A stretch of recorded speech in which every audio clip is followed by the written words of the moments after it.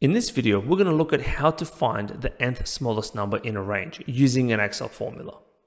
In this example, we have a range of numbers from cell B3 through to C10. And what we're going to do here is to extract the third smallest number from this range. The way we achieve this is through the use of the small function, which returns a number from the selected range based on the nth smallest position. So let's enter the formula into cell F3. That's equals small open parentheses.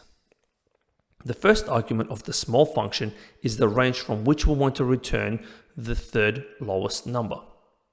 So we'll select range B3 through to C10 followed by a comma. The second argument of the small function is a number value that specifies the smallest number to return from the selected range.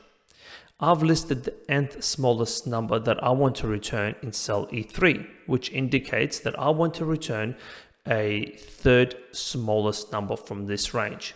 So we'll go ahead and select cell E3.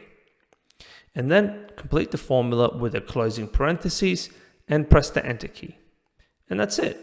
The formula is now returning the third smallest number from this range. You can change the nth smallest number to whatever you want in cell E3, as long as it doesn't exceed the total number of numeric cells in the selected range. I hope you found this video useful. If you did, please click that like button and subscribe if you haven't already. Thank you for watching, and I'll see you in the next video.